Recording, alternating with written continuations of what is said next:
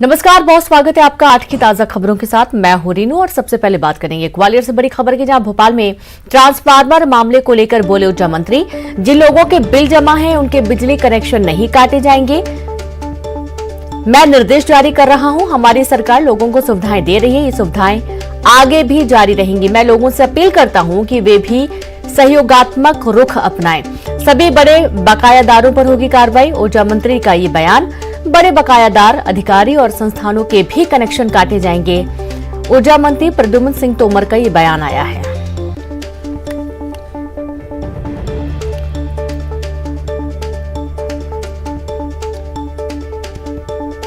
तो खबर ग्वालियर से है, जहां भोपाल में ट्रांसफार्मर मामले को लेकर ऊर्जा मंत्री का बयान आया। जैसा कि आपको मालूम है कि ट्रांसफार्मर ले गए और इस दौरान पूरे वार्ड की बिजली चली गई। अब लोगों की शिकायत थी, नाराजगी भी थी, जिस पर ऊर्जा मंत्री ने बयान दिया है।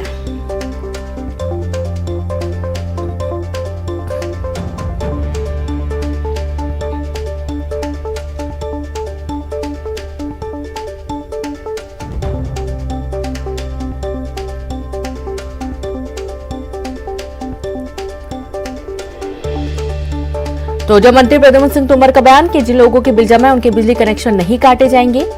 मैं निर्देश जारी कर रहा हूं, हमारी सरकार लोगों को सुविधाएं दे रही है और ये सुविधाएं आगे भी जारी रहेंगी। मैं लोगों से अपील करता हूं कि आगे वे सहयोगात्मक रुख अपनाएं और सभी बकायादारों के, बड़े बकायादारों के जो कनेक्शन है वो काटे जाएंगे। अधिकारी और संस्थानों के भी कनेक्शन कटेंगे। कार्रवाई होगी जिन लोगों ने बिजली का भुगतान नहीं किया है। तो आप शपथ लेंगे, आज हम एकजुट होकर नशा मुक्त भारत अभियान के तहत नशा मुक्त भारत।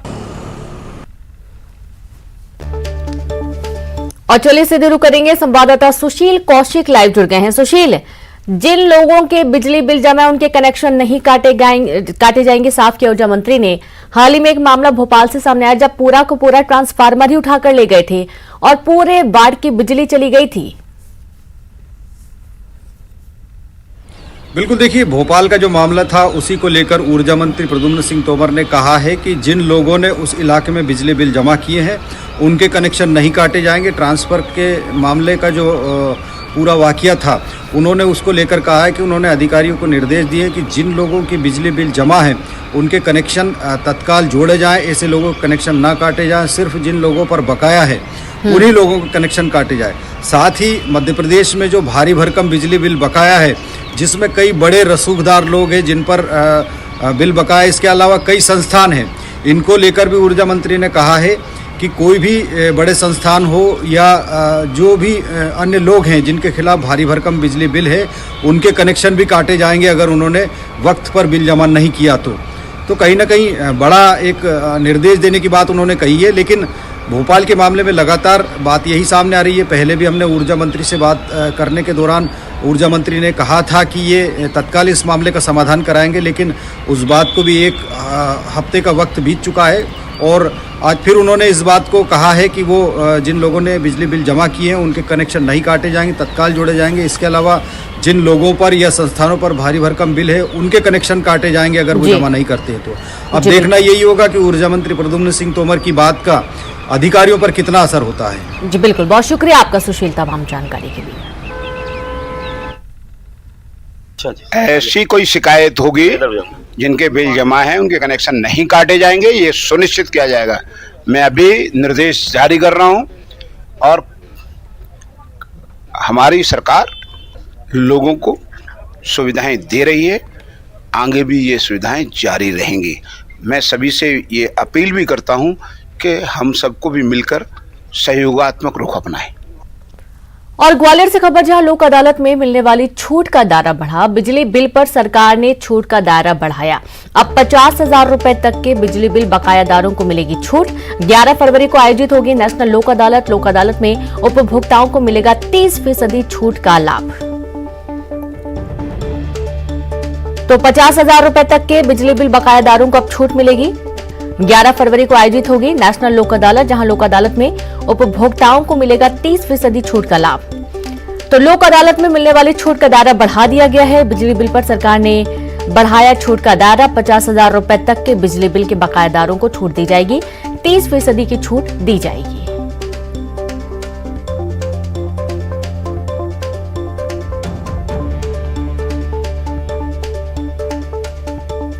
बागेश्वर धाम के महाराज धीरेन्द्र शास्त्री ने एक बयान जारी किया जिसमें प्रधानमंत्री के बागेश्वर धाम पहुंचने की बात को गलत बताया। पंडित धीरेन्द्र शास्त्री ने इन खबरों को भ्रामक और झूठ बताया। बागेश्वर धाम के महाराज ने कहा कि सस्ती लोकप्रियता हासिल करने के लिए कुछ लोग इस तरह के फोटो और वीडियो डाल रहे हैं जो अनुचित हैं। साथ ही सोशल मीडिया में गलत वीडियो डालने वालों को चेतावनी भी दी और उनके खिलाफ कानूनी कार्रवाई की बात कही गई। पंडित धीरेन्द्र शास्त्री ने कहा कि बागेश्वर धाम से संबंधित जानकारी ऑफिशियल साइट के जरिए जारी होती है। भगवान की जय, बागेश्वर धाम की जय, सन्यासी बाबा की जय। आप सब बड़े प्रसन्न होंगे। हम आपको बागेश्वर धाम के इस वीडियो के माध्यम से प्रार्थना करना चाह रहे हैं। बागेश्वर धाम की प्रत्येक जानकारी ऑफिशियल चैनल से ही सत्य माने। अन्य चैनलों की द्वारा दी जाने वाली जानकारी जरूरी नहीं है वो पूर्णतया सत्य हो।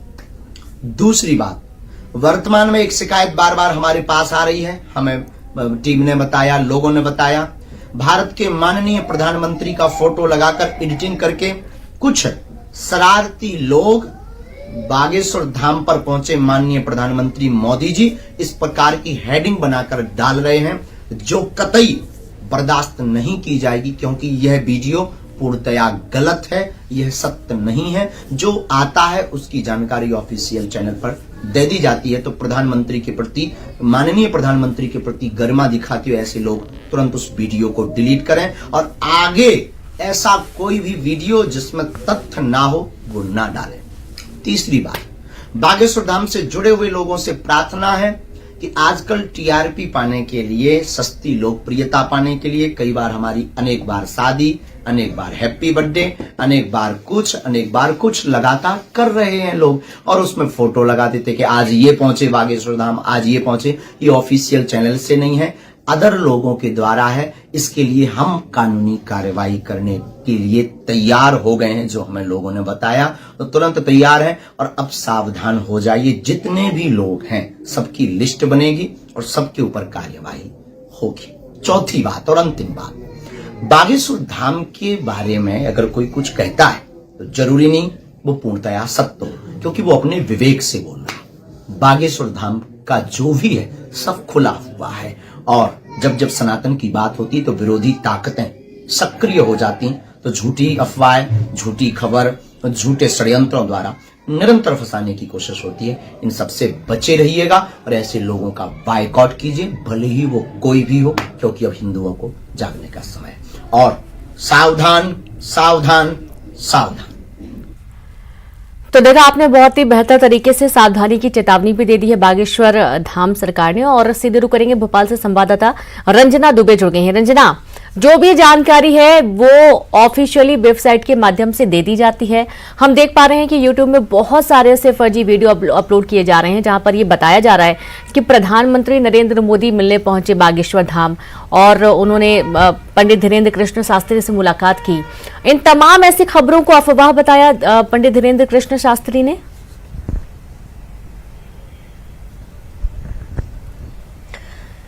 जी रीनू, बिल्कुल पंडित धीरेन्द्र कृष्ण शास्त्री ने खुद वीडियो जारी किया है और जिसमें ये भी कहा है कि बागेश्वर धाम की जिस तरीके से लोकप्रियता है और बड़ी संख्या में लोग यहाँ पर एकजुट हो रहे हैं, इसका कुछ लोग गलत तरीके से इस्तेमाल भी कर रहे हैं और सोशल मीडिया पर गलत जानकारी दी जा रही है, जो लोगों तक भ्रामक जानकारियां पहुंच रही है। और इसी को लेकर उन्होंने लोगों को सावधान भी किया है कि इस तरह की जो भ्रामक जानकारियां सोशल मीडिया पर अपलोड की जा रही है उससे सावधान रहें। और उन्होंने चेतावनी भी ऐसे लोगों को दी है जो यहाँ पर बागेश्वर धाम में कुछ बड़े नेताओं और पॉलिटिशियन के यहाँ पर आने की जो गलत वीडियो जारी किए गए हैं, उनको चेतावनी दी है कि ऐसे लोगों पर जो सख्त एक्शन है वो लिया जाएगा और आगे की जो कार्रवाई है वो शुरू की जा रही है। और बाइकॉट करने को लेकर भी पंडित धीरेन्द्र कृष्ण शास्त्री ने लोगों से कहा है और ये भी कहा है कि ऐसे लोग अगर गलत जानकारी वाली वीडियो जल्द से जल्द डिलीट नहीं करते हैं तो ऐसे लोगों पर जो कार्रवाई है वो की जाएगी। यानी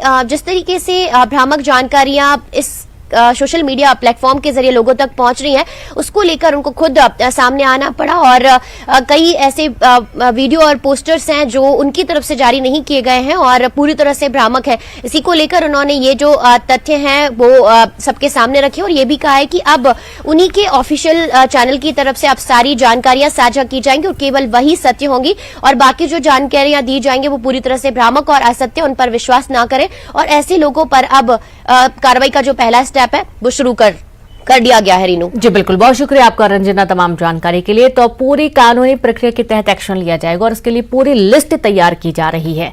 शादी विवाह को लेकर लोगों में उस शादियां तो आपने बहुत देखी होंगी, लेकिन कुछ ऐसी भी शादियां होती हैं जो बिना निमंत्रण के भी उस शादी में लोग दिलचस्पी लेने लगते हैं। दरअसल शाजापुर के शुजालपुर में एक ऐसी ही शादी का नजारा देखने को मिला जो आजकल चर्चा का विषय है। शुजालपुर के डोंगलाई के मेवाड़ा परिवार की दो बेटियां पूजा और अरुणा की शादी थी और ये शादी इसलिए खास बन गई कि दूल्हा हेलीकॉप्टर से पहुंचा।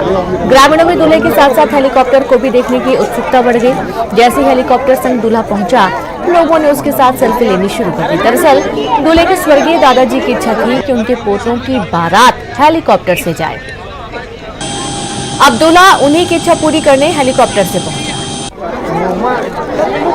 हमारे लास्ट टाइम हमारे बड़े भैया उनकी भी हेलीकॉप्टर से बारात गई थी और हमारे दादाजी श्री स्वर्गीय दौलत सिंह जी मंडलोई, उनकी बहुत इच्छा थी कि हमारे पोतों की बारात हेलीकॉप्टर से लगे। और ये काम इसलिए संभव हुआ क्योंकि हमारे पिताजी श्री सुमेर सिंह जी मंडलोई और हमारे चाचा जी श्री गजराज सिंह जी मंडलोई, इनके प्रयासों से ही ये चीज़ें संभव हुई है। खबर धमतरी से, जहां धमतरी जनपद पंचायत में अविश्वास प्रस्ताव पर मतदान। आज 25 में से 19 जनपद सदस्यों ने लाया है अविश्वास प्रस्ताव। जनपद पंचायत अध्यक्ष उपाध्यक्ष के खिलाफ अविश्वास प्रस्ताव। जनपद में कांग्रेस का अध्यक्ष और बीजेपी का है उपाध्यक्ष। अविश्वास प्रस्ताव लाने वालों में दोनों दलों के सदस्य शामिल हैं। और संवाददाता अभिषेक पांडे जुड़ गए फोन लाइन पर। अभिषेक, जनपद पंचायत में अविश्वास प्रस्ताव पर आज मतदान होना है। दिन बहुत ही महत्वपूर्ण है और बहुत ही दिलचस्प स्थिति है क्योंकि जो अध्यक्ष हैं वो कांग्रेस से हैं और जो उपाध्यक्ष हैं वो भाजपा से हैं और साथ ही साथ जो अविश्वास प्रस्ताव में दस्तखत करने वाले हैं उसमें दोनों दलों के, भाजपा कांग्रेस दोनों के सदस्य शामिल हैं। तो नतीजे जो भी आए वो बहुत ही दिलचस्प रहेंगे और साथ ही साथ धमतरी की राजनीति के लिए, जिले की राजनीति के लिए काफी महत्वपूर्ण भी उसके नतीजे रहेंगे। देखना होगा। एक तरह से माना जा रहा है कि ये जो दोनों अध्यक्ष और उपाध्यक्ष की कुर्सी जानी तय है क्योंकि कुल 25 सदस्य हैं और उसमें से 19 ने उसमें हस्ताक्षर कर दिए हैं। और मतदान के नतीजे जब आएंगे तब कहीं ना कहीं भाजपा कांग्रेस दोनों के लिए ही जो नतीजे रहेंगे वो अच्छे नहीं रहेंगे क्योंकि एक तरह से ये बगावत अंदर से फूटी है, काफी नाराजगी है और उसका नतीजा आज ये है कि अविश्वास प्रस्ताव आ चुका है, आज उस पर मतदान है। पूरे जिले की लोगों की निगाहें हैं कि किस समय तक जो नतीजे हैं वो प्लेस किए जाएंगे और उसका फिर परिणाम उसके राजनीति में क्या असर पड़ने वाले हैं। जी बिल्कुल, बहुत शुक्रिया आपका जानकारी के लिए अभिषेक। तो जाहिर सी बात है कि इसका कहीं ना कहीं राजनीति में असर तो पड़ा ही है। 25 में से 19 जनपद सदस्यों ने अविश्वास प्रस्ताव लाया था जिस पर आज मतदान होना है। बालाघाट से बड़ी खबर है, जहां कुएं में गिरा दुर्लभ प्रजाति का काला हिरण। खेत में बने कुएं में गिरा था हिरण। वन विभाग की टीम ने किया रेस्क्यू के बाद काले हिरण को जंगल में छोड़ा गया। खुरसोरी गांव की ये पूरी घटना सामने आई है, जहां पर एक अलग ही प्रकार का जो हिरण है वो कुएं में जा गिरा था। तो देखिए, ये काला हिरण है जिसका रेस्क्यू किया गया। सुरक्षित इसे टीम ने बाहर निकाला और जंगल में छोड़ दिया गया। तो बालाघाट का ये पूरा मामला है। कुएं में दुर्लभ प्रजाति का काला हिरण गिरा, खेत में बने कुएं में गिरा था। और संवाददाता श्रीनिवास चौधरी जुड़ गए। श्रीनिवास, किस तरीके से रेस्क्यू किया गया इस काले हिरण का? रेनू, आपको बता दूं कि ये जो काला हिरण का जो मामला है सामने आया है, ये यहाँ बालाघाट सटही ग्राम में खुरसोरी है। वहाँ पे रात्रिकालीन में जंगल से भटक के काला हिरण, जो कि बालाघाट में से मूलतः पाया नहीं जाता, ये सिवनी क्षेत्र के जो जंगल है वहाँ पाया जाता है, लेकिन कुछ इलाका बालाघाट सटा हुआ होने के कारण वो भटक के रिहायशी इलाका में आ जाते हैं। और खेत में खुरसोरी ग्राम के एक किसान हैं, उनके खेत में कुआं बना हुआ था जिसमें मेड़ नहीं था और उसमें वो गिर गया। लेकिन जैसे ही सुबह आसपास ग्रामीणों ने देखा तो वहां से आवाज उसकी चिल्लाने की आई, तो उन्होंने वन विभाग के रेस्क्यू टीम को फोन किया। फिर वन विभाग के रेस्क्यू टीम द्वारा आया और उसको बेल्ट के माध्यम से उसको रेस्क्यू किया गया। रेस्क्यू को बाहर निकाला, बाहर निकाल के देखा गया तो वो सकुशल था। उसके बाद उसको उसी वक्त उन्हें जंगल में छोड़ दिया गया उसको। बहुत शुक्रिया आपका जानकारी के लिए श्रीनिवास। तो देखिए, सफल रेस्क्यू किया गया, बेल्ट के माध्यम से उसे बाहर निकाला गया और सुरक्षित है जंगल की तरफ छोड़ दिया गया। तो रायपुर में राष्ट्रीय कृमि मुक्ति दिवस पर महाअभियान, स्वास्थ्य मंत्री टी.एस. सिंहदेव करेंगे शुभारंभ। बच्चों को कृमि मुक्ति की दिलाई जाएगी दवा। 88,59,000 बच्चों को दवा खिलाने का लक्ष्य है। रायगढ़ और सारंगढ़ में फाइलेरिया की भी दवा खिलाई जाएगी। आंगनबाड़ियों, स्कूलों, स्वास्थ्य केंद्रों में खिलाई जाएगी दवा और इसके लिए पूरा जो प्रक्रिया है वो तैयार हो चुकी है।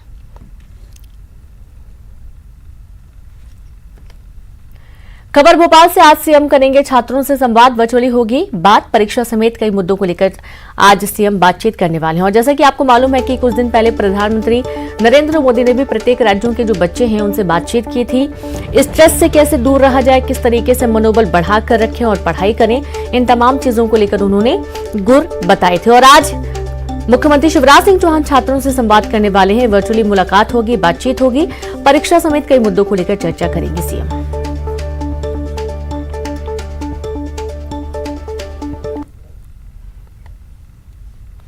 वहीं सीएम शिवराज ने की निगम मंडल अध्यक्ष के साथ बैठक, निगम मंडल के अध्यक्ष और उपाध्यक्ष के साथ बैठक की। सीएम ने विकास यात्रा से जुड़ने के निर्देश दिए। अध्यक्ष और उपाध्यक्ष को दिए निर्देश। पदाधिकारियों को भी भागीदारी सुनिश्चित करने के लिए कहा गया। खबर भोपाल से, जहां बीजेपी प्रदेश अध्यक्ष बीडी शर्मा की कृषि मंत्री से मुलाकात। दिल्ली में की नरेंद्र सिंह तोमर से मुलाकात। खजुराहो में प्राकृतिक कृषि महाविद्यालय खोलने की बात पर, उद्यानिकी एवं वानिकी महाविद्यालय खोलने पर हुई चर्चा।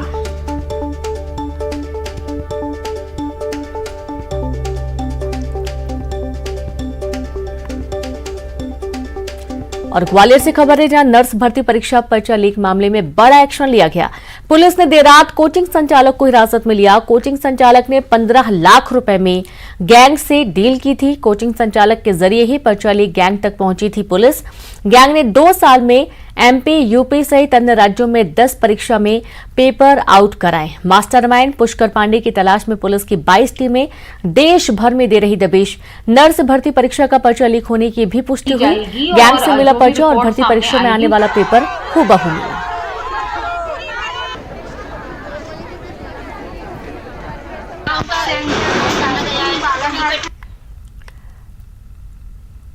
वहीं सूरजपुर में ट्रांसफार्मर से कॉपर तार चुराने वाले गिरोह का भंडाफोड़ किया गया। पुलिस ने 8 आरोपियों को किया गिरफ्तार।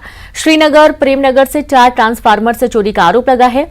तो वहीं कोरिया, कोरबा, पिंडरा, रामानुजगंज से गिरफ्तारियां हुई हैं।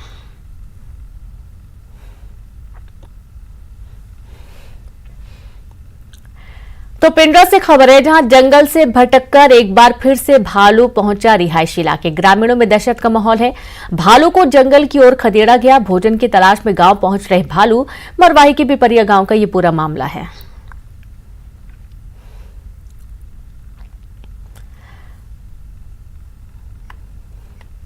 तो वही जांजगीर चांपा से खबर है, दहेज के लिए प्रताड़ित करने का मामला सामने आया। आरोपी पति, सास और ससुर को गिरफ्तार कर लिया गया। नवविवाहिता ने फांसी लगाकर आत्महत्या कर ली थी। अकलतरा थाना क्षेत्र के अंधियारी पाठ का मामला है। अकलतरा पुलिस टीम ने गिरफ्तार किया। तो बड़ी खबर है, जांजगीर चांपा से दहेज के लिए प्रताड़ित करने का मामला। आरोपी पति, सास और ससुर को पुलिस ने गिरफ्तार कर लिया है।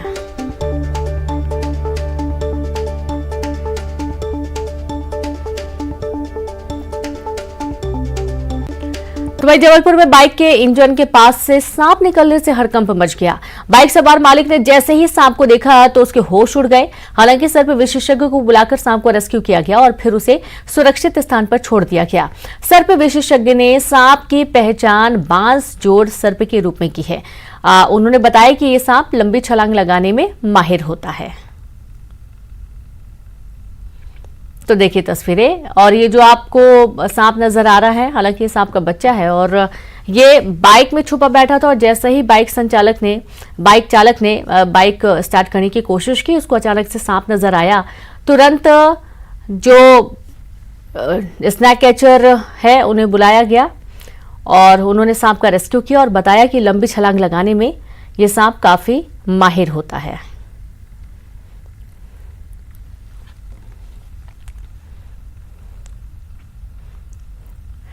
तो कोंडागांव में पीडीएस दुकानदारों ने 6 सूत्री मांगों को लेकर आंदोलन की राह पकड़ ली है। सरकारी राशन दुकान संचालकों का कहना है कि कांटा की वजह से दिक्कत आ रही है। फिंगरप्रिंट मैच करने में काफी वक्त लगता है, जिसकी वजह से 150 लोगों की जगह मात्र 20 से 25 लोगों का ही राशन का वितरण हो पाता है। सर्वर में आ रही दिक्कत की वजह से उन्हें हितग्राहियों की नाराजगी का सामना भी करना पड़ता है। इनका कहना है कि जब तक कांटा नहीं ठीक होता हटता, राशन का वितरण नहीं करेंगे।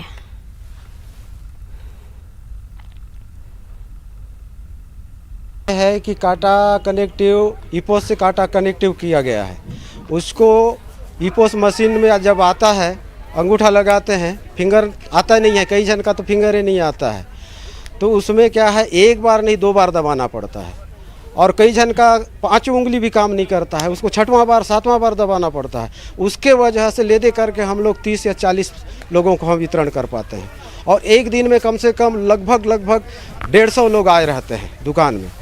हम लोग को 30,000 वेतन हो और जो खाद्यान्न कटौती होकर आया है वो खाद्यान्न 0 हो, और जो झड़न पड़न के लिए 3% हमको खाद्यान्न दे दो, सरकार दे दे।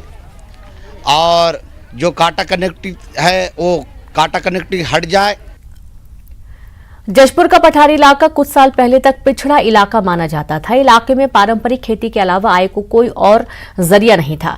बड़ी मुश्किल से इनका जीवन यापन हो पाता था, लेकिन जब से अन्नदाता व्यावसायिक खेती करना शुरू किए, उनकी किस्मत बदल गई। आलू, टमाटर, मिर्च, नाशपाती की खेती के साथ साथ किसान अब स्ट्रॉबेरी की भी खेती करना शुरू कर चुके हैं।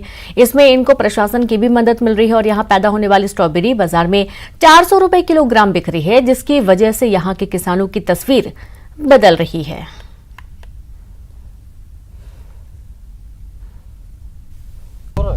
यहाँ स्ट्रॉबेरी ठीक है। मैं इसमें पहले मिर्चा लगाया था, मिर्चा में 10-15 हज़ार नुकसान आया। उसके बाद इसमें स्ट्रॉबेरी लगाया। स्ट्रॉबेरी में मैंने अभी 40-50 हज़ार रुपये तक बेच दिया है, और जबकि अभी और 1-2 महीना फिर चलेगा, यानी कि इसमें और कम से कम 30-40 हज़ार रुपये का और बेच दूंगा इसमें। मतलब 1 लाख रुपये कमा देंगे जी। कितना जमीन? जमीन 25 डिसमिल में लगाया हुआ है।